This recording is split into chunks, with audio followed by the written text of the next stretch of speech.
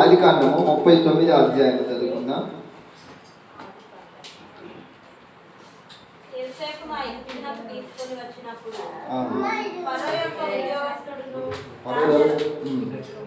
రాజ సంరక్షక సేనాధిపతి అయిన పోతీఫరును అక్కడికి అతను తీసుకొని వచ్చి ఇష్మాయిల యొద్దకు అతనికి కొనెను. యెహోవా యోసేపునకు తోడై ఉండెను గనుక అతడు వర్ధిల్లుచు తన యజమానులకు ఆ ఐగుప్తుని ఇంట నుండెను. యెహోవా అతనికి తోడై ఉండెననియు అతడు చేసినదంతయు అతని చేతిలో యెహోవా సఫలము చేసిననియు అతని యజమానులు చూచినప్పుడు యేసు మీద అతనికి కటాక్షము కలిగెను గనుక అతని యొద్ద పరిచర్య చేయువాడాయెను. మరియు అతడు తన ఇంటి మీద విచారణకర్తగా అతన్ని నియమించి తనకు కలిగినదంతయు అతని చేతికి అప్పగించెను. Praise lord. హల్లెలూయా. ప్రియ సహోదరి సహోదరులారా, ఈ యొక్క యేసు గురించి మనము చెప్పుకుంటున్నాం. ప్రియ సహోదరి సహోదరులారా, ఈ ఆదికాండం 39వ అధ్యాయంలో మొదటి భాగంలో మొదటి వచనాలు చెప్పబడుతుంది ఏంటంటే, యేసోపును వారి అన్నదమ్ములు ఏం చేశారంట? అమ్మివేశారు. ఎందుకు అమ్మివేశారు? అపోస్తలుల కార్యము 7వ అధ్యాయము 9లో ఒక మాట ఉంటుంది. అపోస్తలుల కార్యము 7వ అధ్యాయము 9వ వచనం. యేసోపును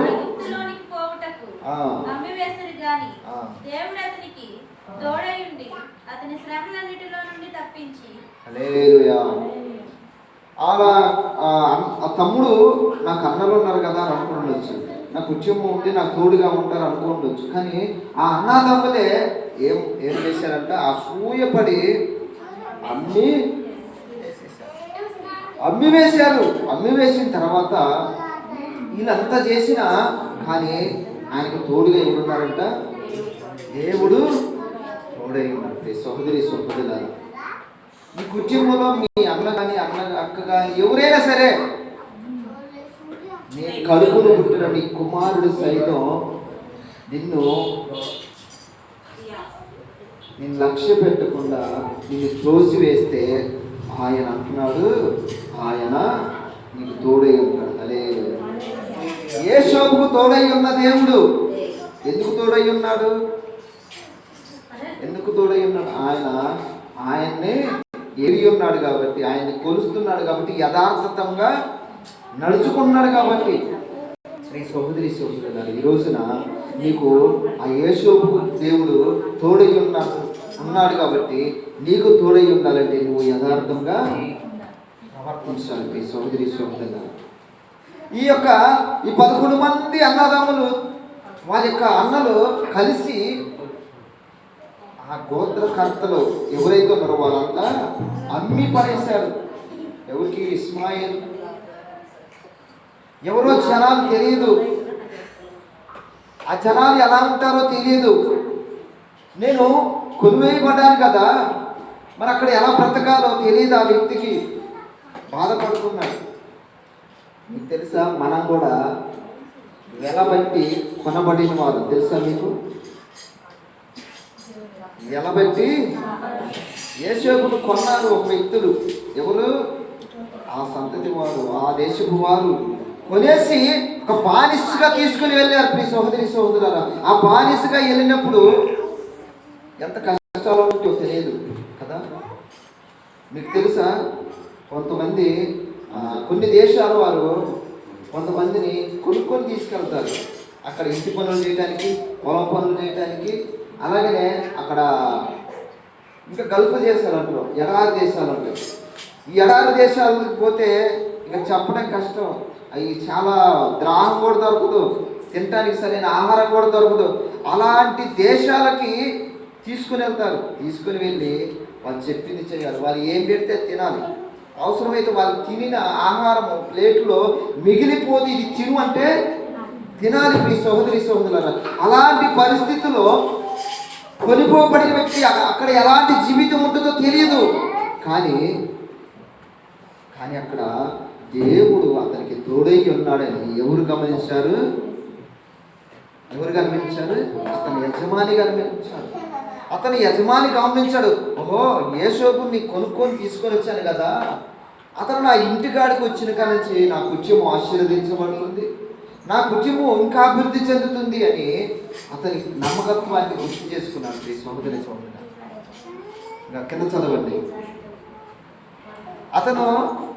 అతను గమనించి ఏం చేశాడు, అతని ఇంటి మీద విచారణకర్తగా నియమించాడు. ఈ సహోదరి సహోదరు నమ్మకంగా ఉండాలి. యేసోబు నమ్మకంగా ఉన్నాడు. మరి నీవు నమ్మకంగా ఉంటున్నావా? సార్ ఆలోచన చేయి సహోదరి సహోదరు. మనము నమ్మకముగా ఉంటున్నామా? మనకు అప్పగించిన కుటుంబంలో మనము నమ్మకముగా ఉంటున్నాము. యేసోబు నమ్మకస్తుడిగా ఉన్నాడు. ఆ యజమాని అతని ఇంటి మీదనే విచారణకర్తగా నియమించాడు. సహోదరి సహోదరు మనకు అందుకని అపోస్తలుల కార్యం 20:28 ఉంటుంది, దేవుడు తన స్వరక్తమిచ్చి సంపాదించుకున్న సంఘములను మనల కాపరిగా ఎంచుకున్నాడు. సహోదరి సహోదరు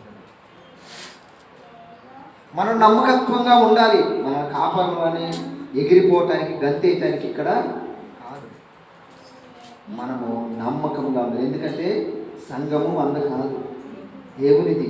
ఆయన రక్తం ఇచ్చి సంపాదించుకున్న కొంతమంది అంటారు నాది నాది నాది నాది గుండెల బాదుకుంటారు, కొంతమంది కొట్టుకుంటారు. దేవుడు చెబుతున్నాడు, ఇది నా సంఘము, నా రక్తం ఇచ్చి సంపాదించుకున్నాడు. అందుకనే నా సంఘము అనుకుంటే నా తర్వాత నా కొడుకే వస్తాడు, నా కుమారుడే వస్తాడు. అది దేవుని సంఘం అంటే దేవుని ప్రజలు నడిపించడానికి దేవుడు ఎదుర్కొంటాడు. హల్లెలూయా. ప్రియ సహోదరి సహోదరులు, తన స్వరక్తం ఇచ్చి సంపాదించుకున్నాడు మనల్ని. యేసోబును కూడా డబ్బులు ఇచ్చి కొనుక్కున్నారు. అక్కడ వెట్టి చాకరీ చేయటానికి, అడ్డమైన పనులు చేయటానికి, ఏదో ఒక బానిసగా తీసుకుని వచ్చారు. పనులు చేయటానికి, వంట పని చేయటానికో, గేదెలు కాయటానికో ఏదో ఒక పని చేస్తాడు, దేనికో ఒకటి ఉపయోగపడతాడు అని కొనుక్కొని వచ్చారు. కానీ మన దేవుడు మనల్ని ఎలా కొన్నాడంటే మన స్వతంత్రులుగా చేయటానికి మనల్ని కొన్నాడు. హల్లెలూయా. పాపం నుంచి విడిపించడం కోసం మనల్ని కొన్నాడు ఎలా పెట్టి. కాబట్టి ప్రియ సహోదరి సహోదరులారా, నీవు కొనబడిన వ్యక్తి, నువ్వు స్వతంత్రుడు. ఎలా స్వతంత్రుడు అంటే పాపం నుంచి విడిపించబడిన వ్యక్తివి. హల్లెలూయా. కాబట్టి ప్రియ సహోదరి సహోదరులారా, నువ్వు కొనబడిన వ్యక్తివి అనేది నువ్వు జ్ఞాపకం చేసుకోవాలి. నేను నమ్మకంగా ఉండాలి. అతనికి తెలుసు, నేను ఇక్కడికి వచ్చింది కొనబడి నన్ను విలువ పెట్టి కొన్నారు. నేను ఇక్కడ వచ్చినప్పుడు నేను యజమానికి లోబడి ఉండాలి, యజమాని ఏది చెప్తే అది చేయాలి, అతనికి నేను నమ్మకముగా ఉండాలి అని మనం కూడా గుర్తించాల్సిన విషయం ఏంటంటే, నన్ను విలువపెట్టి నా దేవుడు కొన్నాడు, నేను కూడా నమ్మకముగా కడవరకు కొనసాగించాలి అని. సోదరి సోదరులు, ఒకవేళ నువ్వు నమ్మకంగా ఉంటే నిన్ను దేవుడు ఆశీర్వదిస్తాడు. ఈరోజు హల్లెలూయా. దేవుడు నిన్ను ఆశీర్వదించాలి. నీ నమ్మకత్వాన్ని గుర్తుపట్టాలి. నీకు ఇచ్చిన జనాంగాన్ని బట్టి, నీకు ఇచ్చిన ఆ పనిని బట్టి, నీకు ఇచ్చిన ఆ కుటుంబాన్ని బట్టి ఆ యందు నువ్వు ఎలా ఉండాలి?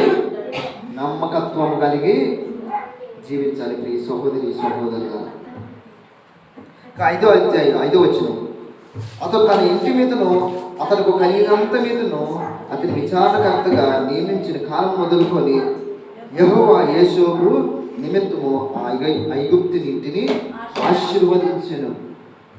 ఎవరిని బట్టి ఆశీర్వదించాడు? ఆ యజమాని చేసిన పనులు బట్టి ఆశీర్వదించరా? ఆ యజమాని భార్య చేసిన పనులు బట్టి ఆశీర్వదించరా? ఆ యేసోబు దేవుణ్ణి నమ్ముకున్నాడు. ఆ దేవుణ్ణి నమ్ముకొని అతను యథార్థంగా నడుస్తున్నాడు.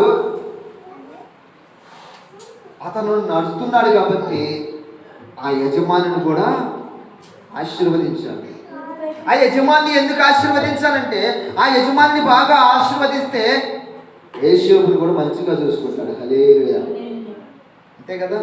ఆ యజమాని కూడా నానాటికి దిగజారిపోతుంటే, తినడానికి కూడి లేకపోతే యేసోబుని ఏం చేస్తాడు? ఇంకొక కాడికి తీసుకుని అమ్మేస్తాడు. కదా. మరి ఆ యేసోపును కూడా ప్రేమించాలి, ఆ యేసోపును కూడా కరుణించాలి, ఆ యేసోపును కూడా మంచిగా చూసుకోవాలంటే ముందుగా ఎవరిని ఆశీర్వదించాలి? తన యజమానుని ఆశీర్వదించాలి. తన యజమాను తను గుర్తించాడు. ఆ యేసోపు వచ్చిన కానించి నన్ను ఆయన సేవిస్తున్న దేవుడు నన్ను ఆశీర్వదిస్తున్నాడు అని ఎమ్మటినే తనని విచారణకర్తగా. ఇక ఒకటే పని, ఆ యజమానికి ఏం పని లేదు. ఆ ఇంట్లో అన్నం ఉందా, అన్నం లేదా, ధాన్యం పండుతుందా లేదా, ఏమి లేదు. ఒకటే చూసాడు, టయానికి వచ్చి తినటం వెళ్ళటం, టయానికి వచ్చి తినటము వెళ్ళటం, బయట ఏమైనా పని ఉంటే చూసుకొని రావటం. సోదరి సోదరి, ఇలా జరుగుతున్న క్రమంలో ఈ బాధ్యతలు మొత్తం ఎవరి మీద మోపారు? ఈ బాధ్యతలు మొత్తం ఎవరి మీద మోపారు? యేసోపు మీద మేము పెట్టి తను వెళ్ళిపోయాడు. ఇక్కడికి బయటికి వెళ్ళిపోతా ఉన్నాడు. ఏం బాధ్యతలమ్మా? కుటుంబ బాధ్యతలు తన మీద ఏమి తక్కువైనా అవన్నీ చూసుకొని తన మీద వదిలేశాడు. వదిలేసి తన బయట ఏదైనా వ్యాపారం ఉంటే అది చేసుకోవటం. ఇలా వెళ్తున్న క్రమంలో జరిగిన సన్నివేశం ఏంటో 1:6 వచనం చదవండి.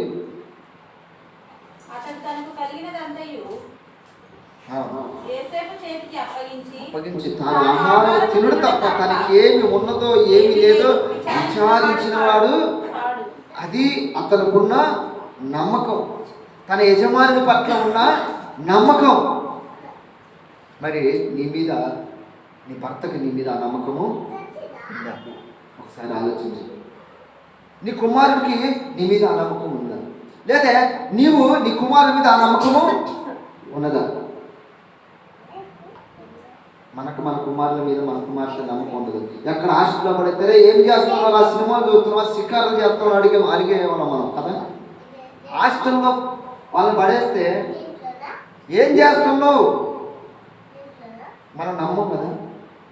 ఎందుకు? వాడి ప్రవర్తన అలాంటిది.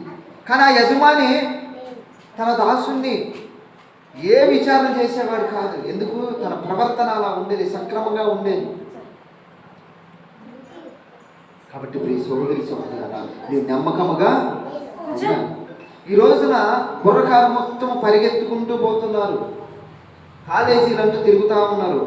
అది సక్రమంగా నడుస్తున్నారో లేదో తెలియదు, కరెక్ట్గా ఉంటున్నారో లేదో తెలియదు. తల్లిదండ్రులేమో మంచివారు అనుకుంటున్నారు, తల్లిదండ్రులేమో నమ్మకంగా ఉన్నారనుకుంటున్నారు. ప్రతి వారము ప్రార్థన చేస్తున్నాడేమో, ప్రతి వారము చర్చికి వెళ్తున్నాడేమో అనుకుంటున్నారు. ఫోన్ చేసి ఇలా ఆదివారం కదా నాన్న చర్చికి వెళ్ళావా అని అంటే ఇక వెళ్ళానమ్మా అని చెబుతున్నాడు. పక్కన సౌండ్స్ ఏంటంటే చర్చిలో పాటలమ్మా అంటున్నాడు. వాడేమో సినిమా థియేటర్లో పాటలు వింటున్నాడు. ఎంత దౌర్భాగ్యమైన స్థితి. నమ్మకత్వం లేని పనులు చేస్తున్నారు ఈ రోజున. ఒక తండ్రికి కుమారుడు నమ్మకంగా జీవించని రోజులు ఇవి. ఒక భార్య భర్తకి నమ్మకంగా జీవించని రోజులు ఇవి. ఒక భర్త భార్య పట్ల నమ్మకంగా జీవించని రోజులు ఇవి. ఇలాంటి రోజులలో నమ్మకమైన వారి కోసం నా ప్రభువు చూస్తున్నాడు. అదే నువ్వు నమ్మకత్వంగా నువ్వు పనిచేస్తే ఆయన నిన్ను విచారణకర్తగా నిన్ను నియమించబోతున్నాడు. అదే విచారణకర్తగా నియమించబోతున్నాడు. అదే ప్రియ సోదరి సోదరులారా, ఆలకించు. ఈ రోజున నీతో దేవుడు మాట్లాడుతున్నాడు. నువ్వు నమ్మకముగా పనిచేస్తున్నావు, నువ్వు నమ్మకముగా ఉంటున్నావు. మోషే ఇల్లంతటిలో నమ్మకమైన వాడిగా ఉన్నాడు. మరి నీవు నీ ఇల్లంతటిలో నమ్మకమైన వ్యక్తిగా నువ్వు ఉన్నావా? ఒకసారి ప్రశ్న చేసుకో, ఒకసారి ప్రశ్న వేసుకో. నిజమే, నాకు అప్పగించిన నా భార్య, నా భర్త, నా పిల్లల విషయంలో నేను నమ్మకమైన వ్యక్తిగా ఉన్నానా లేనా? నమ్మకం కలిగి జీవిస్తున్నానా లేనా? ఒకసారి ఆలోచన చేసుకో, నీకే అర్థమవుతుంది. ఈ మధ్యాహ్న సమయంలో నీతో మాట్లాడుతున్నాడు దేవుడు. తల్లి, అక్క, చెల్లి, నీవు నమ్మకముగా ఉన్నావా అని మాట్లాడుతున్నాడు. మీ సోదరి సోదరు 7వ వచనం చదవండి. అటు తర్వాత అతని యజమాని భార్య యేసోపు మీద కన్ను వేసి అతనితో చేయమని వచ్చిందని దుష్టురాలు వచ్చిందని సాతాను. నాకు తెలిసి నల్లబట్ట వేసుకుని ఉన్నట్టు ఎమ్మటనే ఒక వ్యక్తి మంచి వ్యక్తి నమ్మకంగా పనిచేస్తున్నాడు అని ఈ యొక్క యజమానురాలు, అబ్బా మంచి దాసుడు దొరికాడు, నా ఇల్లు పట్టిందల్లా బంగారం అవుతుంది, ఇతను ఎలాగైనా సరే ఇక్కడే ఉండి నా కుటుంబాన్ని మంచిగా చూసుకుంటే చాలు, మంచి పనివాడు దొరికాడని సంతోషించకుండా ఆ పనివాడి మీద కళ్ళేసింది. ఏమొచ్చింది? కన్నేసింది. కన్నేసి అతను ఎటు తిరిగినా అతన్ని చెడు చూపే, ఏ పని చేసినా చెడు చూపే, ఎలాగైనా సరే ఇతన్ని తన బొట్టులో వేసుకోవాలని పన్నాగము కడుతుంది.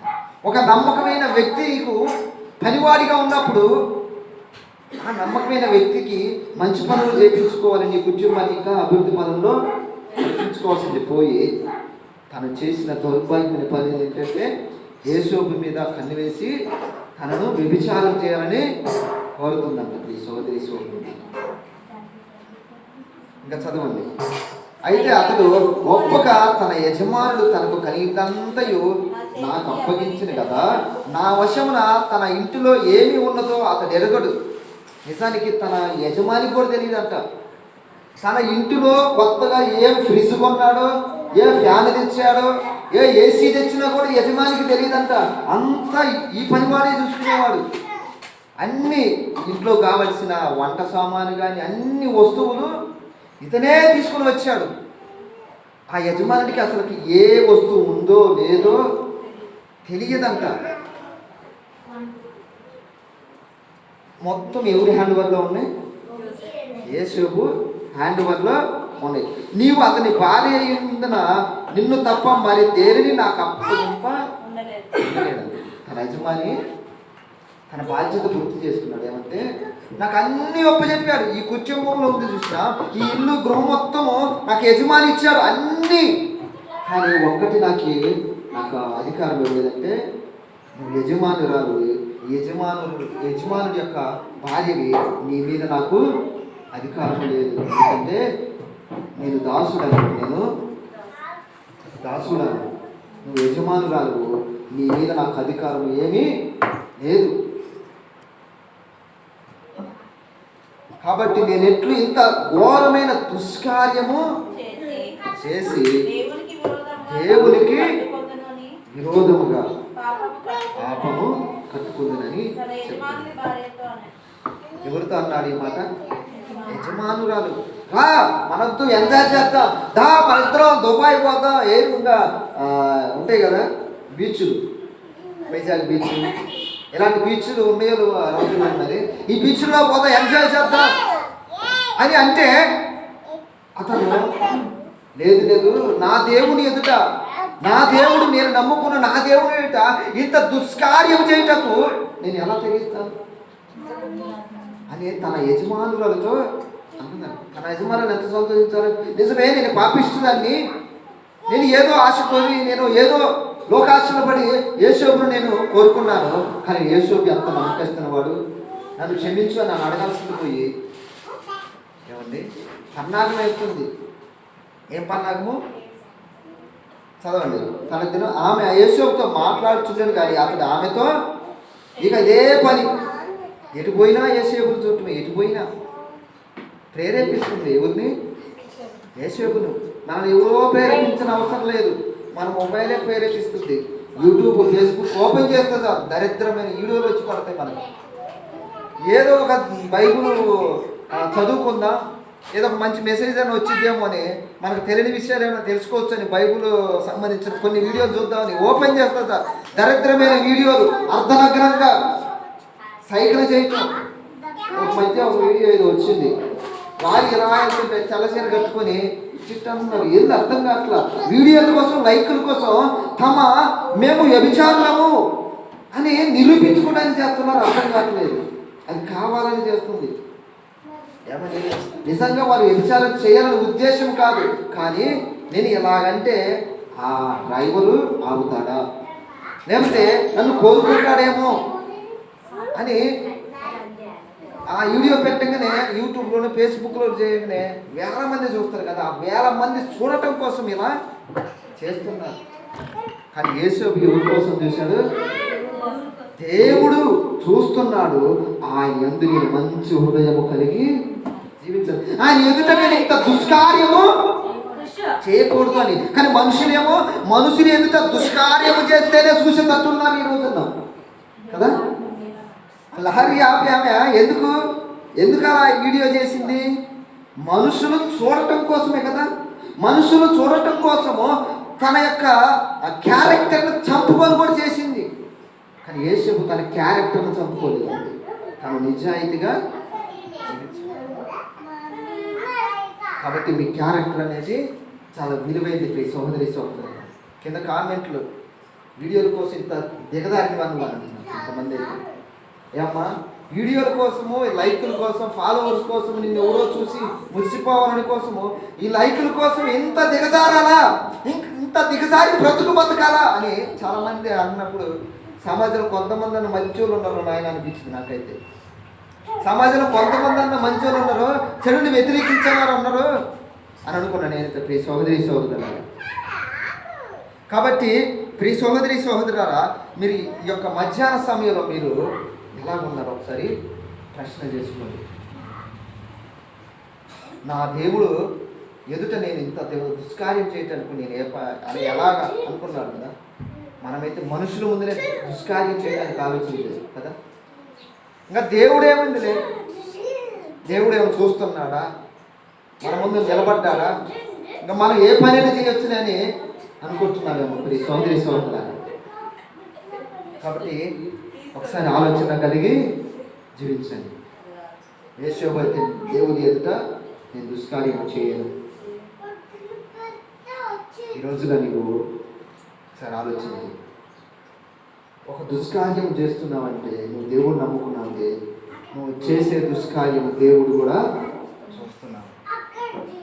ఆ దుష్కార్యం నువ్వు చేసావంటే నీ దేవుడు నిన్ను చూసి దానికి తగిన ప్రతిఫలం కూడా ఇస్తాడు. ప్రియ సహోదరి ఎవరా దావీదు చేశాడు, ఎవరైనా ప్రతిఫలము ఇచ్చాడు. నువ్వు అనుకుంటున్నావు ఈ శాపాలేంది, నష్టాలేందంటే నువ్వు చేసిన అతిక్రమ పాపం నిమిత్తం కూడా నీకు ఆ శాపాలు వచ్చి పడి ఉండొచ్చు ప్రియ సహోదరి. కాబట్టి ఇంకా చదవండి. దినదినము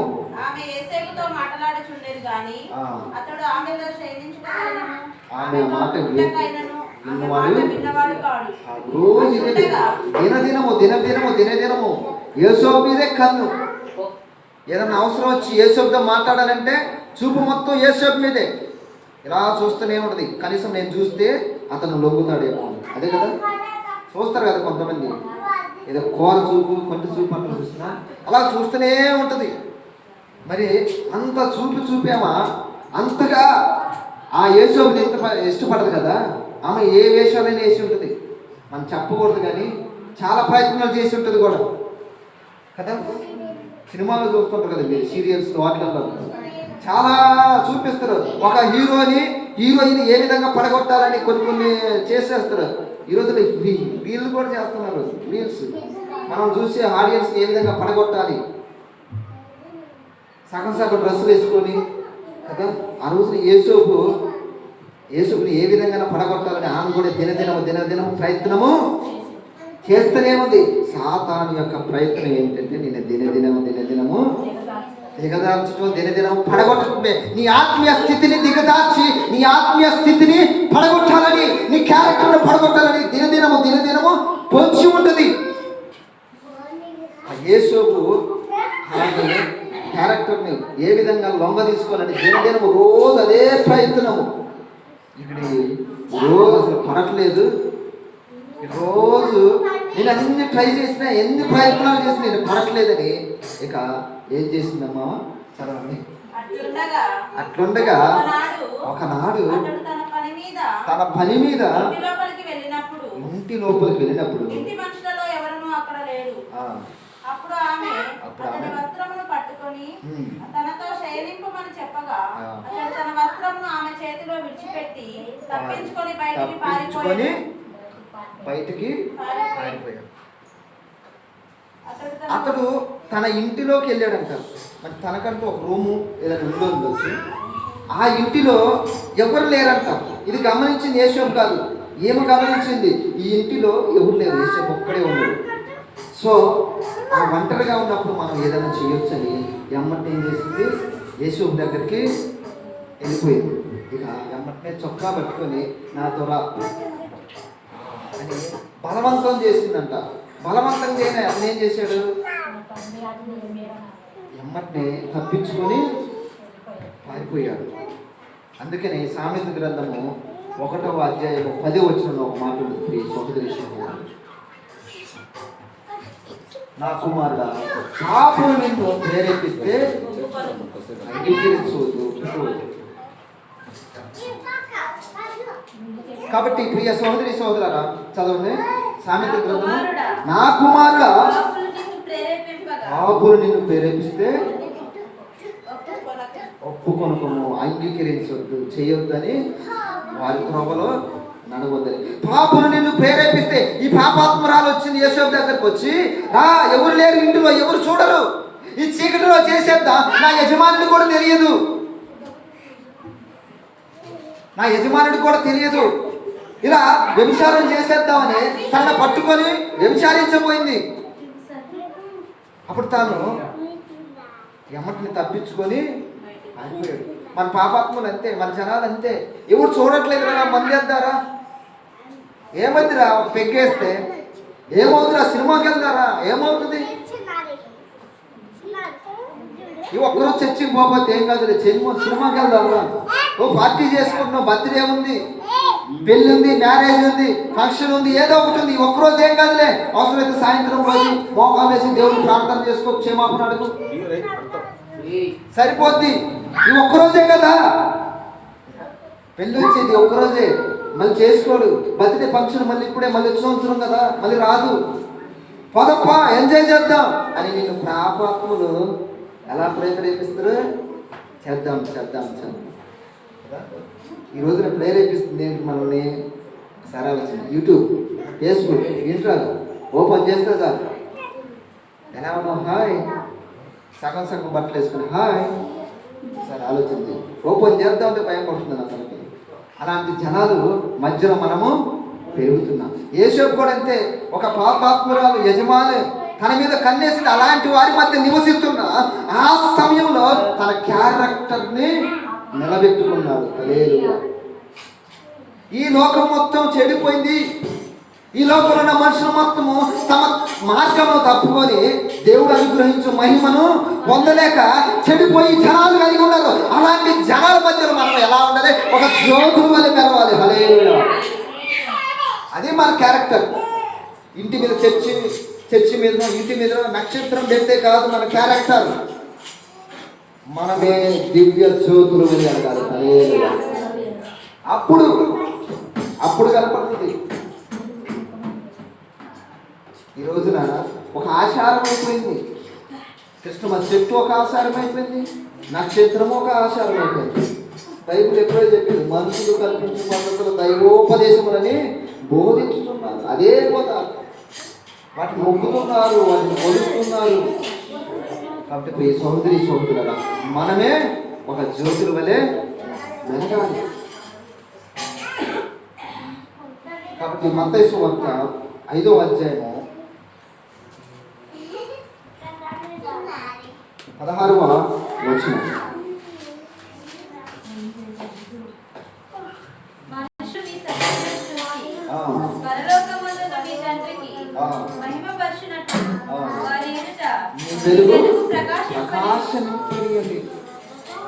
యేసప్ప ఎలా జీవించాడు?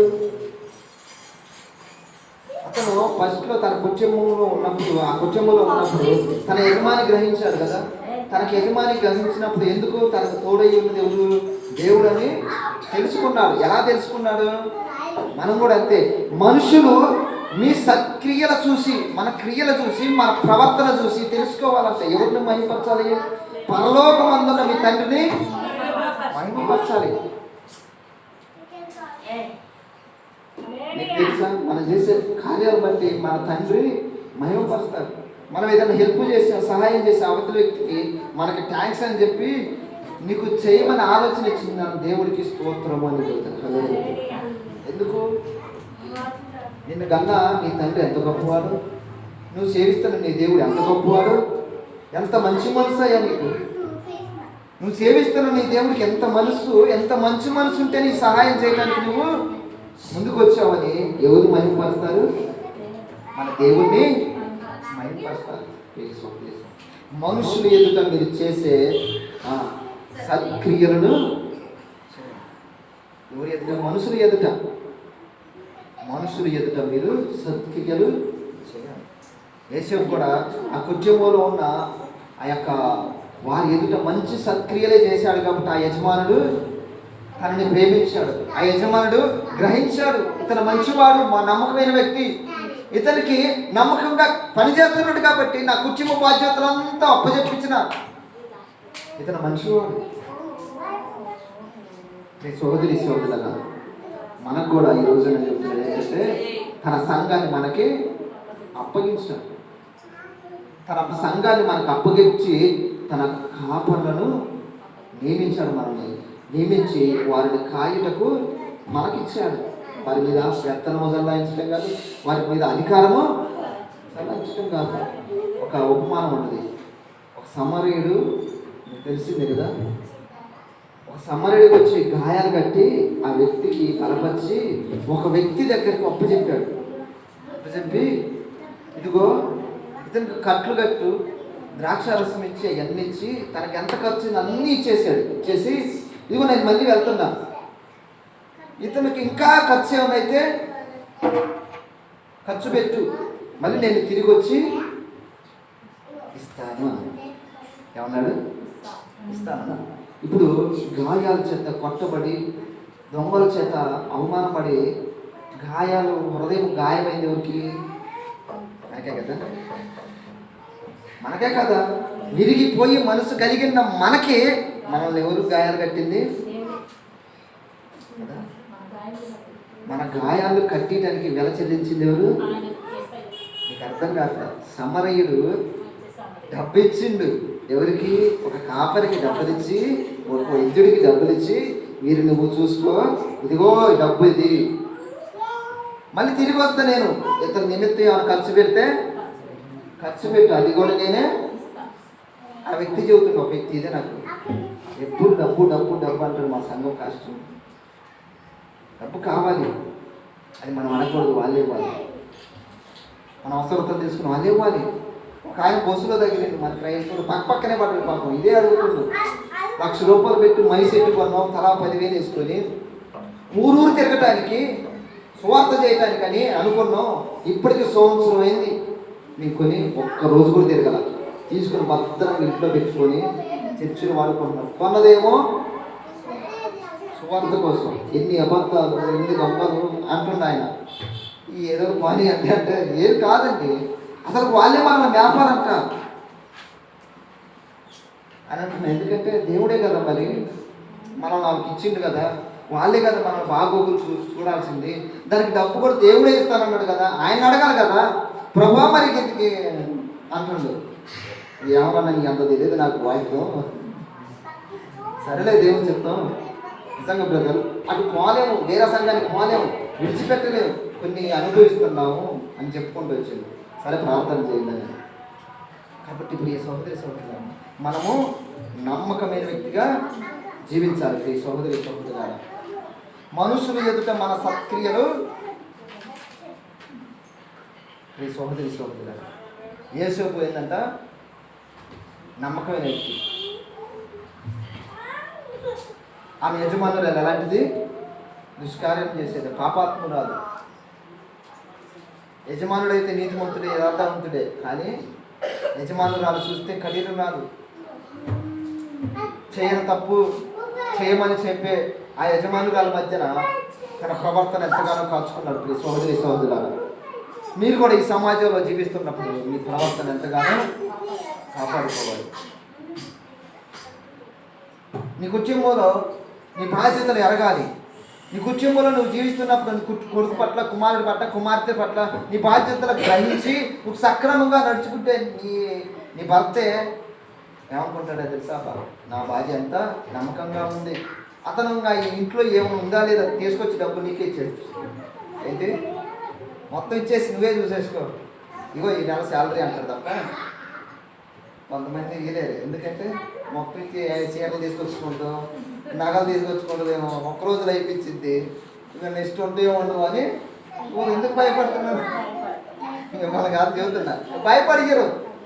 అదే నువ్వు నమ్మకంగా పనిచేసావు అనుకో, ఆ భర్త తీసుకొచ్చిస్తాడు. ఎందుకు? ఆ భర్తకి తెలుసు నేను ఇచ్చే ఈ నెల శాలరీ ఈ నెల మొత్తం గడపడానికి మిగిలినవి తన దాచి తన ఖర్చులకు కుటుంబ ఖర్చులకు వాడుకుంటే తప్ప నాకు తెలియకుండా పైసా కూడా తన సొంతానికి వాడుకోదు. నమ్మకస్తురాలని తన భర్తకు తెలిస్తే ఇస్తాడు సోదరి. కాబట్టి అలాంటి నమ్మకత్వం కలిగి మనము జీవించాలి. నమ్మకత్వం లేకపోతే ఈ సోదరురా ఇప్పుడు కాదు, నువ్వు చచ్చేదాకా పోయినా నీ భర్తని నమ్మడు. నీ నమ్మనరా నాయన, చచ్చేటప్పుడు కూడా నేను నమ్మను.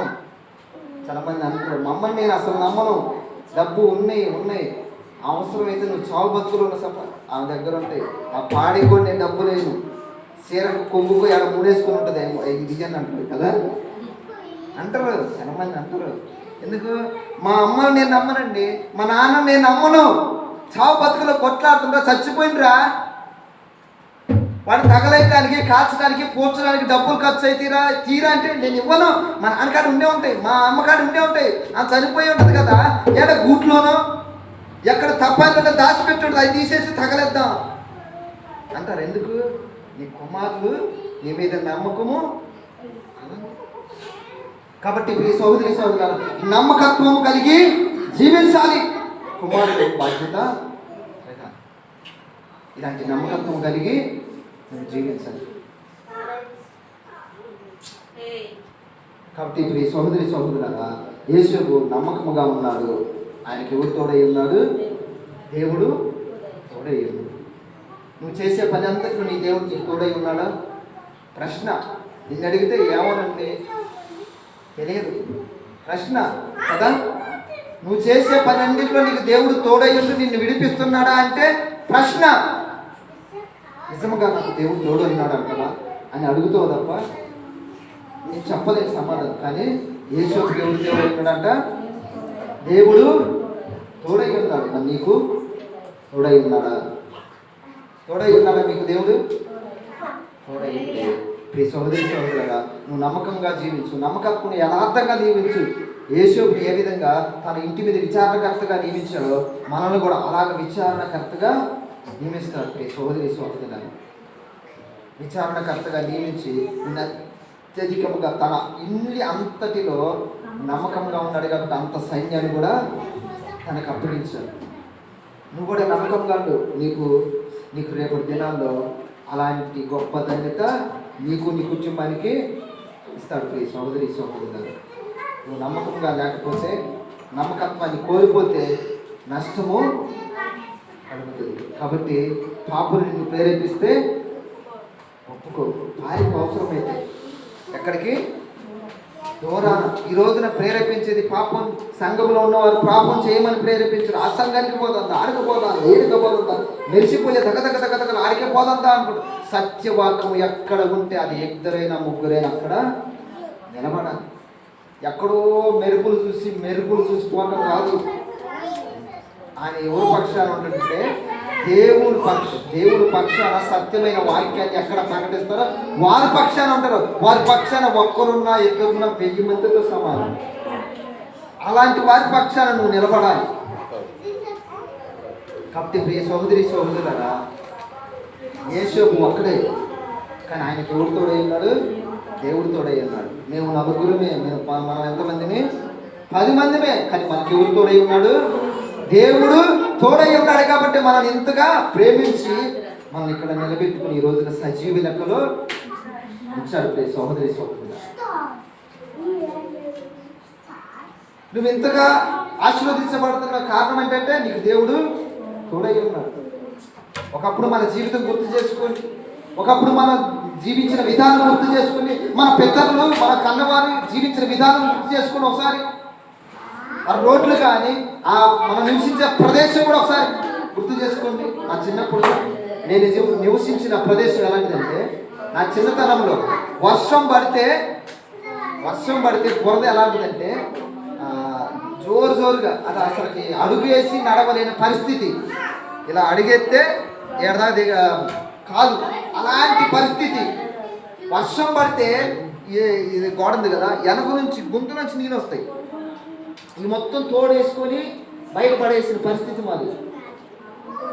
అలాంటి పరిస్థితిలో నివసిస్తున్న మాకు ప్రేమించి అంతగా ఒక ఇల్లు కట్టుకోగలిగిన మా పల్లెటూరు, మంచి పల్లెటూరు కాబట్టి కారణము ఆయన సేవిస్తున్న మనల్ని ఎంతగానో ప్రేమించాడు కాబట్టి, నమ్మకంగా ఉంటున్నావు కాబట్టి మనల్ని ఆశీర్వదించాడు. నువ్వు నమ్మకంగా ఉండే ప్రియ సోదరులన్నా నిన్ను కూడా ఆయన ఆశీర్వదిస్తున్నాను. నీ కుటుంబంలో నీ భర్త పట్ల నువ్వు నమ్మకం కలిగి జీవించు. కాబట్టి మీరందరూ లేచి నిలబడితే చిన్న పాట పడుకొని ముగించుకుందాం.